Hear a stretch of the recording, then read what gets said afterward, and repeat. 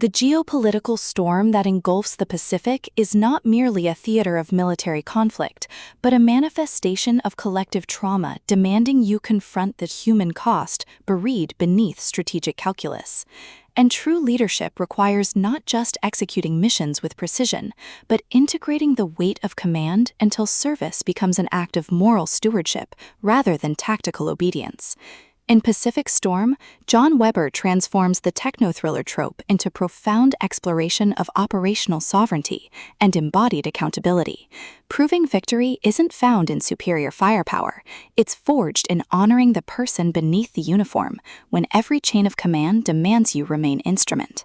This psychologically precise narrative makes every engagement feel like both duty and burden, where consent to serve is negotiated through ethical clarity rather than assumed patriotism, and peace means protecting your humanity when war demands you sacrifice it for strategy. From Bridgewatch and Salt narration, listeners enter worlds where protocol is syntax and presence is the only unbreakable compass, perfect for fans of emotionally intelligent military fiction, where male vulnerability defies genre expectations. When Naval Commander Kalen Vance assumes control of a destroyer during escalating tensions, he expects professional detachment, not to discover his command mirrors the exact suppression he's endured beneath decades of performative stoicism.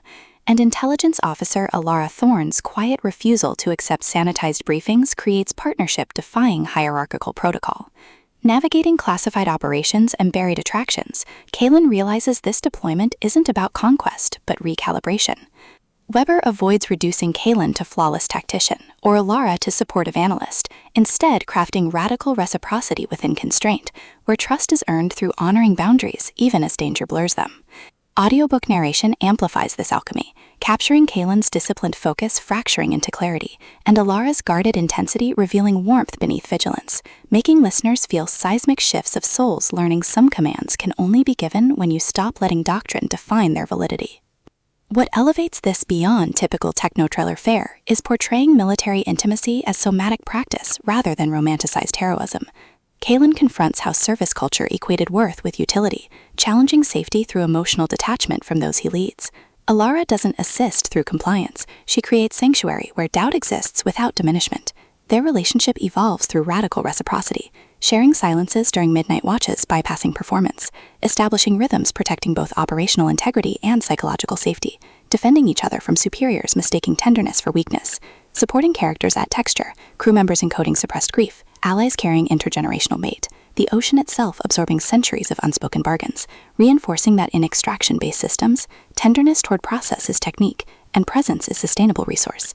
Even military mechanics serve thematic depth, with tactical decisions mirroring emotional attunement, and damage control becoming metaphors for earned trust. For audiobook listeners, this production is immersive descent into sacred command. The narrator embodies Kalen and Alara with remarkable distinction, making chemistry palpable even during crisis, while sound design anchors existential stakes through distant sonar pings, rain against bridge windows, and hushed breath syncing with moments of clarity. Pacing mirrors operational cadence, deliberate during reflection, surging as external threats collide with internal awakenings.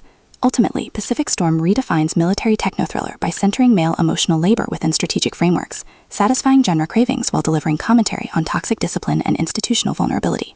It affirms that sometimes the most powerful act is choosing to lead as human, honoring whole self even in landscapes shaped by war.